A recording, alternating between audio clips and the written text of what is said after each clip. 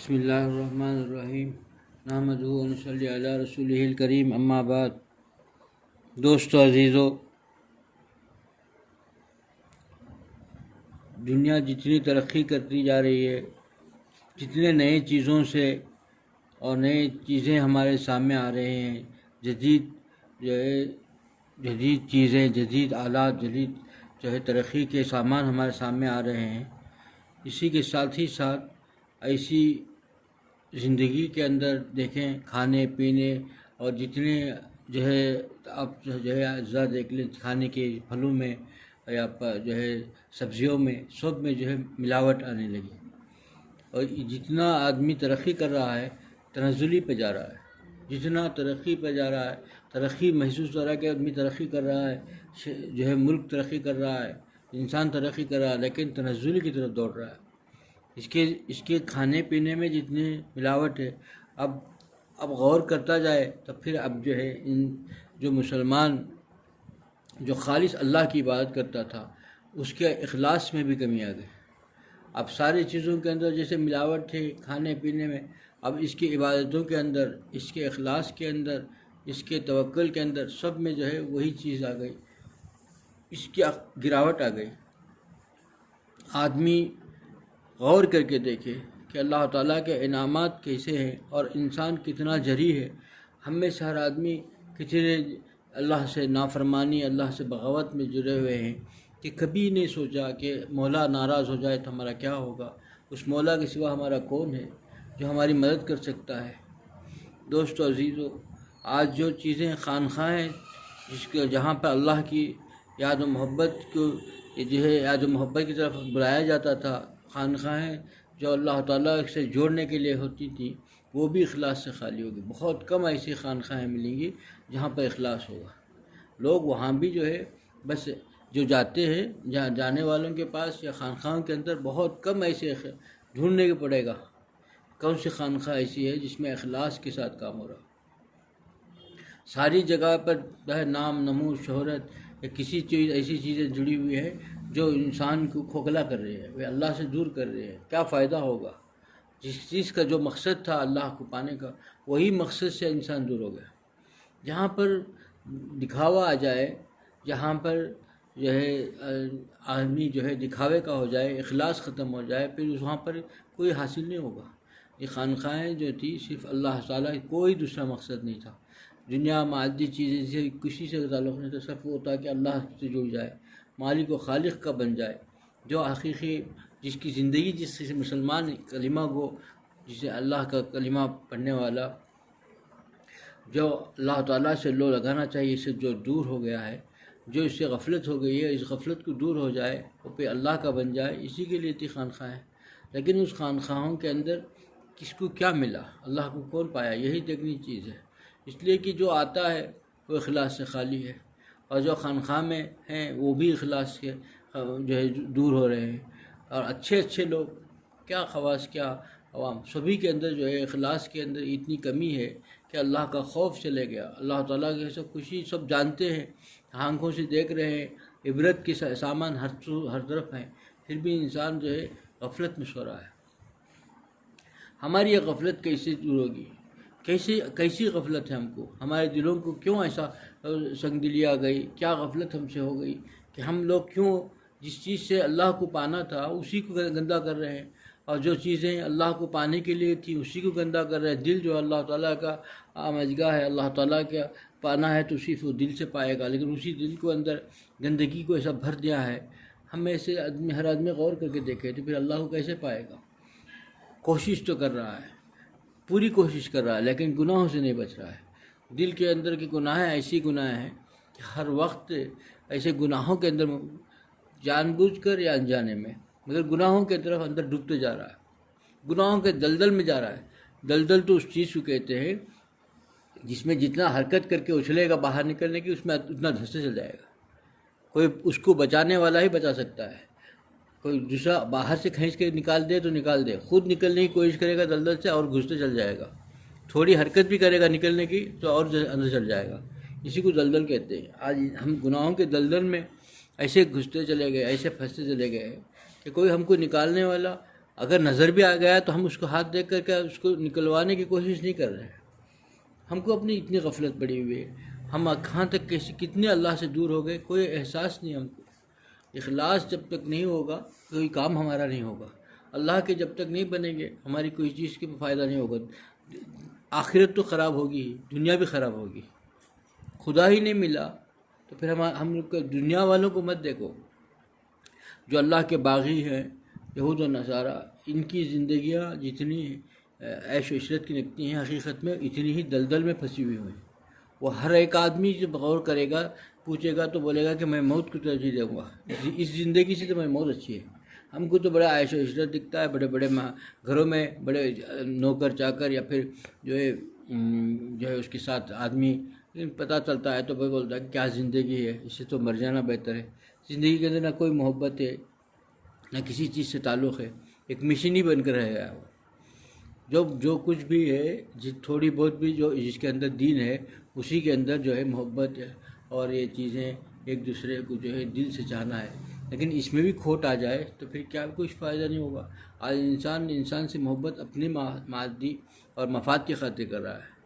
اللہ تعالیٰ کے پانے کے لیے اللہ کے لیے کوئی محبت کرنے والا بہت کم ملے گا. اور اللہ کے لیے خانقاہ کو جا کر صرف اللہ کو پالو، اس نیت سے جاؤں کہ میں اللہ کا بن جاؤں، اللہ مجھے مل جائے، میں اللہ کا بن جاؤں، میرے سارے گناہ ختم ہو جائیں. بہت مشکل سے ملتا ہے. خانقاہوں میں بھی ڈھونڈنا پڑے گا. حضرت ہردوئی شاہ اولیاء صاحب رحمۃ اللہ سے حضرت ہردوئی اللہ مرخذ فرمایا کرتے تھے کہ ہم اپنے شیخ کے پاس اس لیے جاتے تھے کہ ان کے صدقے طفیل میں جنتیوں کی جوتیوں کے پاس جگہ مل جائے. وقت کا خطب فرما رہے ہیں، اللہ تعالیٰ نے یہ مقام عطا کیا. فرما رہے ہیں کہ ہم جو جاتے تھے حکیم الامت تھانوی علیہ الرحمہ کی خدمت میں کہ میں یہ چاہتا، ہم لوگ اسی نیت سے جاتے تھے کہ ان کے جوتیوں کے صدقے میں ہمیں جنتیوں کی جوتیوں کے پاس جگہ مل جائے. آج کون ہے اس نیت سے آنے والا؟ خانقاہوں کو کون آتا ہے؟ خانقاہوں کو آنے والا ہر آدمی کچھ سمجھ کے آ رہا ہے، میں کچھ ہوں تبھی ہوں تو کچھ ہوں. حضرت والا ہمارے طبیب الامت فرماتے ہیں، ہمیشہ یہی نصیحت کرتے ہیں کہ جب خانقاہوں کو آؤ تو خالی ہو کر آؤ، پر ہو کے جاؤ گے، بھر کے لے جاؤ گے. تو وہیں پہلے ہی بھرے ہوئے آؤ گے تو کچھ نہیں ملے گا. جیسے آئے ویسے گئے. آج انسان اپنے آپ کو بڑا سمجھ گیا، کبر اندر آ گیا اور اپنے آپ کو بڑا سمجھ کے جا رہا ہے تو کچھ نہیں ملے گا. یہاں جانا کہاں تھا؟ اللہ کو پانے کے لیے جاتا ہے. تو سوچنی چاہیے کیسی چیز ہے، کتنی بڑی ہستی ہے، کیسی چیز کو مانگ رہا ہے. دونوں جہاں کے بادشاہ کی محبت کو مانگتا ہے. معمولی ایک انسان دنیا کے اندر کچھ معمولی ایک اثر رسوخ والے سے تعلق پیدا کرنا چاہتا ہے تو کتنے اپنے آپ کو ظاہری طور پر جو ہے اس کی وضاحت میں، لباس میں، ہر چیز میں جو ہے نمایاں ہونے کی کوشش کرتا ہے کہ میں اس کو پسند آ جاؤں، وہ اس سے محبت ہو جائے، اس سے تعلق ہو جائے. معمولی ایک انسان کے جب بادشاہ کے پاس جائے گا تو کیسے تن بن کے جائے گا، کیسے اپنے آپ کو معطر کرے گا. اور پھر دونوں جہاں کا بادشاہ، بادشاہوں کا بادشاہ، اس کی محبت چاہتا ہے انسان. اور کتنا نالائق ہے، کتنا ذلیل ہے، کتنا کمینہ ہے کہ اتنا دونوں جہاں کے بادشاہ کو چاہتا بھی ہے اور اس سے بغاوت بھی کر رہا ہے، اس کی نافرمانی بھی کر رہا ہے. گناہ دل جو ہے اس کا، جہاں پر اللہ کی محبت کو پانا تھا، اللہ تعالیٰ کا جہاں تھا، اس کے اندر گناہوں کا دلدل میں رکھا ہوا ہے، گناہوں سے بھرا ہوا ہے، جگہ ہی نہیں. اور سارے جتنے اخلاق رذیلہ ہیں اس سے بھرے ہوئے ہیں. اور یہ حال ہے تو پھر کچھ فائدہ نہیں. ہم جس جگہ بھی کام کر رہے ہیں، چاہے وہ کسی بھی قسم کا ہو، دین کی خدمت، وہ خدمت کب قبول ہوگی؟ کہ ہمارا اندر کے اندر یہ چیزیں ہوں، اخلاق حمیدہ پیدا ہو جائے، اخلاق رذیلہ ختم ہو جائے. آدمی چاہے مکمل جو ہے دنیاوی کام کر رہا ہو، مکمل کوئی بھی کام دنیا کے اندر بازار میں بیٹھا ہوا ہو، تجارت کر رہا ہو، کوئی بھی کام زراعت کر رہا ہو، لیکن وہ اللہ تعالیٰ کا بن کے رہے گا تو اس کا ہر کام بھی نیکی سے خالی نہیں. چاہے وہ ہل چلا رہا ہو وہ بھی پھر نیکی میں شمار ہوگا، کیونکہ وہ اللہ تعالیٰ کا ذکر کرنا ہے. ایسے بھی لوگ دیکھے ہیں کہ دوائی بنا رہے ہیں، دوائی کوٹ رہے ہیں، لیکن اللہ کا ذکر اتنے مرتبہ اس میں ذات کا ورد. سوچے اس زمانے کی بات ہے بھائی، پرانے زمانے کی بات نہیں. یہ دیکھو آدمی بننا چاہے تو کیا نہیں بن سکتا. کتنی محنت کا کام، دوائیں کوٹ رہا ہے، بنا رہا ہے، دھوپ میں بیٹھ کے کر رہا ہے، لیکن اپنے آپ میں جو ہے بالکل وہ ہے کہ مکان ہے کہ بھئی کچھ چیز سے تعلق ہی نہیں دنیا سے. آنے والا آ رہا ہے، پوچھ رہا ہے، بات کر رہا ہے، کسی کو بس آنکھیں دیکھ رہا ہے، کسی سے بات نہیں کر رہا، اور اپنے آدمی جو ہے ذکر سے ذکر چلتا ہے. اتنے ہزار اس میں ذات کا معمول ہو جائے کام کرتے کرتے، اب اس میں کیسے اس چیز کے اندر کتنی خیر و برکت ہوگی جو اللہ کی یاد اور محبت کے ساتھ بنائی گئی ہو. ایک زمانہ ایسا تھا کہ گھر کے اندر ماحول ایسا تھا کہ عورتیں اللہ کے ذکر کے بغیر کچھ نہیں تھی، ہر لمحہ اللہ کے ذکر میں مصروف رہتی تھی.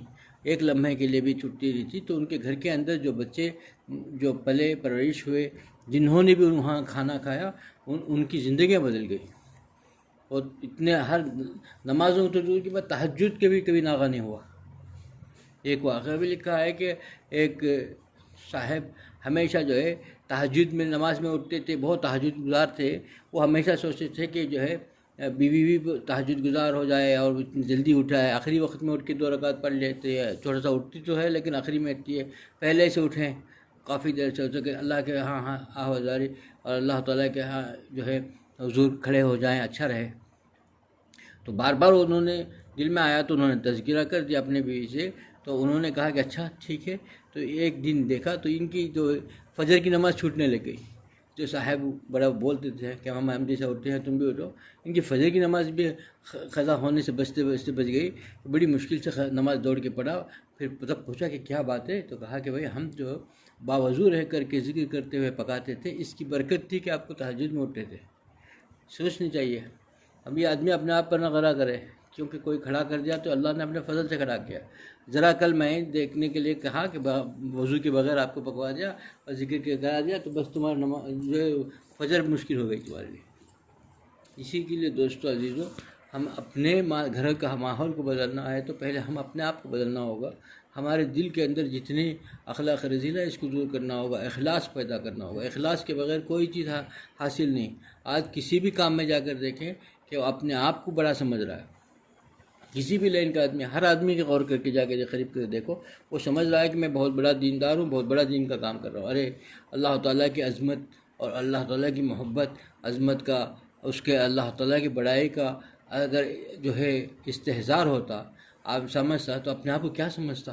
وہ جو تھے جن کو اللہ نے جنت کا، دنیا میں ہی جنت کا وہ دے دیا، پروانہ دے دیا، جنتی بتا دیا اور جنت کہلوا دیا، وہ کہتے تھے کہ بھئی میرا کیا حال ہوگا، میرا کیا حال ہوگا. تڑپتے تھے کیونکہ اللہ تعالیٰ کی ذات اور اس کی عظمت ان کے سامنے استحضار تھا ہمیشہ.